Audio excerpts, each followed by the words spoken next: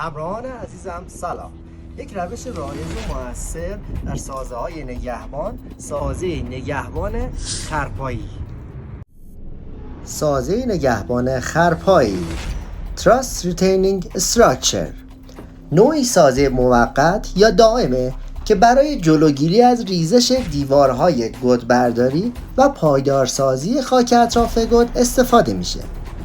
البته باید بدونین که این روش در مناطق شهری که فضای کاری محدوده کاربرد زیادی داره. این سازه از ترکیب چند عضو فلزی تشکیل میشه. المان‌های قائم، ستون‌هایی که بار رو به زمین منتقل میکنن و المان‌های معرب و افقی برای ایجاد پایداری و توزیع نیرو هستش و المان‌های مایل برای تقویت و تحمل فشار رانش خاک. مراحل سازه نگهبان خرپایی رو میتونید در کپشن ببینید. بدرود. اگه از ویدیو خوشتون اومد لطفاً لایک کنید. سابسکرایب و زنگوله رو نره تا ویدیو بعدی رو از دست ندید.